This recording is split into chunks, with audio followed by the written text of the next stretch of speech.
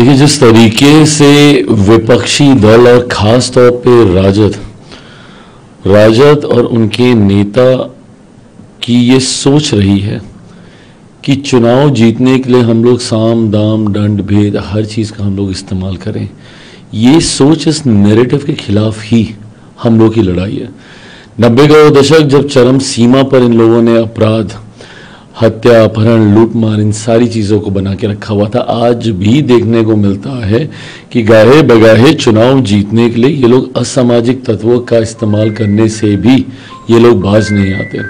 जिस तरीके से बख्तियारपुर से एनडीए के प्रत्याशी, लोक जनशक्ति पार्टी रामविलास के प्रत्याशी अरुण कुमार जी, जिस तरीके से आज उनके काफिले पर, उनके साथियों पर जिस तरीके से विपक्षी दलों से जुड़े हुए या सामाजिक तत्वों के द्वारा हमला किया गया, ये पुनः सोचने के लिए विवश करता है कि जो समाज के वंचित वर्ग से आते हैं, अति पिछड़ा वर्ग, समाज का दलित वर्ग से आने वाले लोग, राजद जैसे लोगों की ये सोच रहती है कि ये सिर्फ और सिर्फ वोट देने के लिए हैं, वोट मांगने के लिए नहीं। कहीं समाज में ये लोग ऐसे पायदान पर ना पहुंच जाए जहां से ये समाज मुख्य धारा के साथ जुड़े। और इसीलिए जब कोई मजबूत होने लगता है या जिसकी पकड़ समाज के वंचित, अति पिछड़ा, दलित वर्ग से आने वाले लोगों की जब पकड़ मजबूत हुई है, तो इन्होंने उसको डराने का, धमकाने का, उसको किसी भी तरीके से इस व्यवस्था से दूर धकेलने का प्रयास किया। और इसी सोच के साथ आज जिस तरीके से अरुण कुमार जी, उनकी गाड़ी को जिस तरीके से तोड़ा गया, उनका ड्राइवर का सर तक फाड़ दिया गया, मतलब सोचिए इस तरीके से हमला हुआ है कि उनका सर तक उनका फाड़ दिया गया है। मैं ज़रूर कहूँगा, जो भी ये लोग हैं और जिस भी दल से ये लोग जुड़े हुए हैं, चिराग पासवान, लोक जनशक्ति पार्टी रामविलास और पूरा एनडीए गठबंधन कभी भी ऐसे असामाजिक तत्वों के साथ समझौता नहीं करेगा।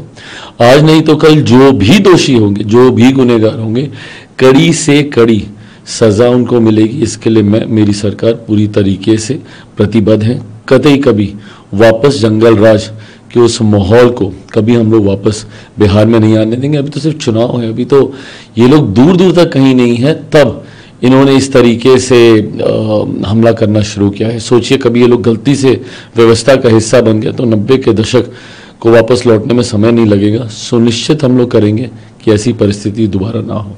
राजद तो सोशल जस्टिस की बात करते हैं, फिर ये अटैक। सोशल जस्टिस इनका सिर्फ और सिर्फ अपने परिवार के जस्टिस तक सीमित है, सिर्फ और सिर्फ वोट बैंक तक सीमित है।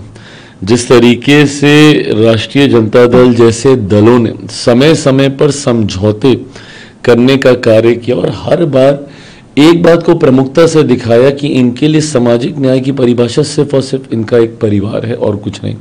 अगर कभी भी मौका मिलेगा किसी पिछड़ा वर्ग से बिहार का मुख्यमंत्री बनने का इनके गठबंधन से, तो वो सिर्फ और सिर्फ इनके परिवार का सदस्य होगा। इनके पिताजी होंगे, पिताजी की गैर मौजूदगी में इनकी माताजी होंगी, और अब दोनों की गैर मौजूदगी में बेटे को किसी भी तरीके से इनको सत्ता के शिखर पर लेकर जाना है। जब ये लोग सामाजिक न्याय की बात करते हैं, उन मुसलमानों को इन्होंने सिर्फ और सिर्फ वोट बैंक बना के रखा जिनका इस्तेमाल दशकों से किया, और बदले में आज तक उनके लिए कभी कुछ नहीं किया। व्यवस्था का हिस्सा जब उनको बनाने की बात आएगी तो कभी ये लोग मुसलमानों को या समाज के अल्पसंख्यक वर्ग को ये लोग कभी आगे नहीं करेंगे। पर हाँ, जब जब वोट बैंक लेने की बात आएगी तो कभी मोदी जी के नाम का डर दिखा के, कभी एनडीए के नाम का डर दिखा के उनका लाभ ये लोग जरूर लेंगे।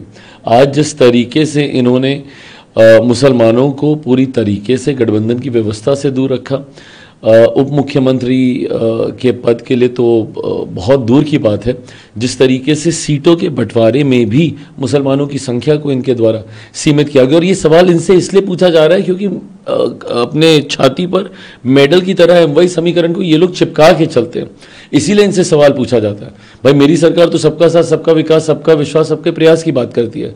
मेरी खुद की party Bihar first, Bihari first की बात करती है, जहाँ पे 14 करोड़ बिहारियों की हम लोग एक सुर में हम लोग बात करते हैं। पर इनसे सवाल इसलिए पूछा जाता है क्योंकि छाती में ये लोग एकदम मेडल की तरह ये लोग टांग के चलते हैं वाई समीकरण, जिसमें एम इनका मुस्लिम है और वाई इनका यादव है।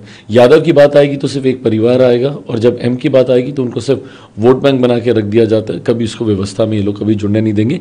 ये परिभाषा है इनके सामाजिक न्याय की। वीके न्यूज, राष्ट्र के नाम।